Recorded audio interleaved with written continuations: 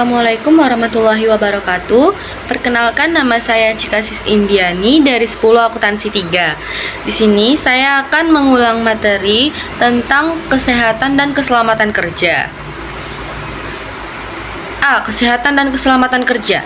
1. Dasar hukum kesehatan kerja. A. Undang-Undang Nomor 1 Tahun 1970 tentang Keselamatan Kerja, Pasal 3 dan 8. B. Peraturan Menteri Perhubungan Nomor 7 Tahun 1964 tentang syarat-syarat kesehatan, kebersihan, serta penerangan di tempat kerja. C. Permenaker Nomor 2 Tahun 1980 tentang pemeriksaan kesehatan tenaga kerja dalam penyelenggaraan keselamatan kerja. D. Permenaker Nomor 1 Tahun 1981 tentang kewajiban melapor penyakit akibat kerja. E. Permenaker Nomor 3 Tahun 1983 tentang pelayanan kesehatan kerja.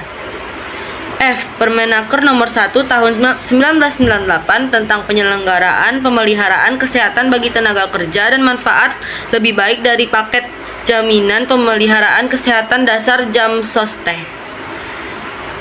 G. Keputusan Menteri Tenaga Kerja Nomor 333 Tahun 1989 tentang diagnosa dan pelaporan penyakit akibat kerja. H. Surat Edaran Menteri Tenaga Kerja Nomor 1 Tahun 1979 tentang pengadaan kantin dan ruang makan. Lalu ada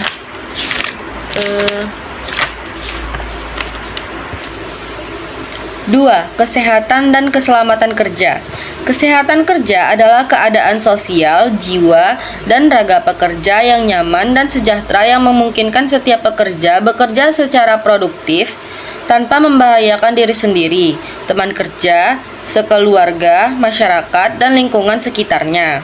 Undang-Undang Republik Indonesia Nomor 23 Tahun 1992 tentang kesehatan Pasal 23 mengemukakan bahwa 1. Kesehatan kerja diselenggarakan untuk mewujudkan produktivitas kerja yang optimal. 2. Kesehatan kerja meliputi pelayanan kesehatan kerja, pencegahan penyakit akibat kerja, dan syarat kesehatan kerja. 3. Setiap tempat kerja wajib menyelenggarakan kesehatan kerja. Berdasarkan Undang-Undang Nomor 1 Tahun 1970, Pasal 3 Ayat 1, tujuan kesehatan dan keselamatan kerja antara lain: A. Mencegah terjadinya kecelakaan dan kebakaran. B. Mencegah dan mengurangi bahaya peledakan.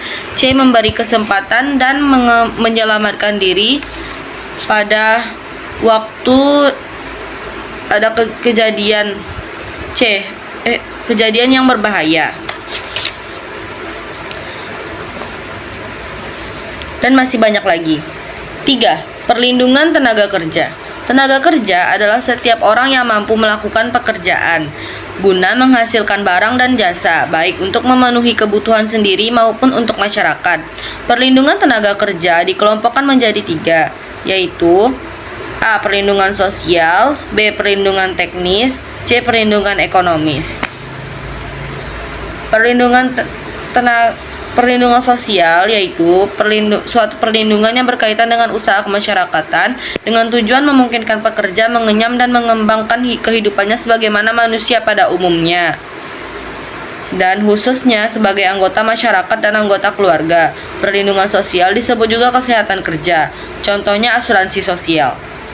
B. Perlindungan teknis, yaitu suatu perlindungan yang berkaitan dengan usaha-usaha untuk menjaga agar pekerja terhindar dari bahaya kecelakaan yang ditimbulkan oleh alat-alat kerja atau bahan yang dikerjakan.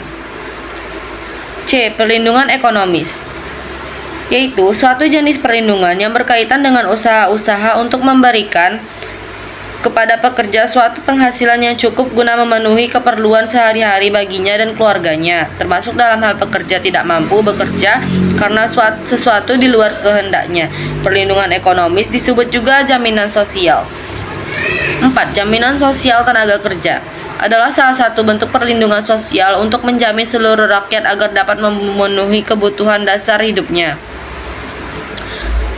Jaminan sosial tenaga kerja adalah suatu perlindungan bagi tenaga kerja dalam bentuk santunan berupa uang sebagai pengganti sebagian dari penghasilan yang hilang atau berkurang dari dan pelayanan akibat peristiwa atau keadaan yang dialaminya. Jenis jaminan sosial berdasarkan Undang-Undang Republik Indonesia Nomor 40 Tahun 2004 Pasal 18 meliputi A. Jaminan kesehatan, B. Jaminan kecelakaan kerja, C. Jaminan hari tua, D. Jaminan pensiun, E. Jaminan kematian. B. Lingkungan kerja. Lingkungan kerja adalah lingkungan di mana pegawai melakukan pekerjaannya sehari-hari. Menurut Mardiana 2015.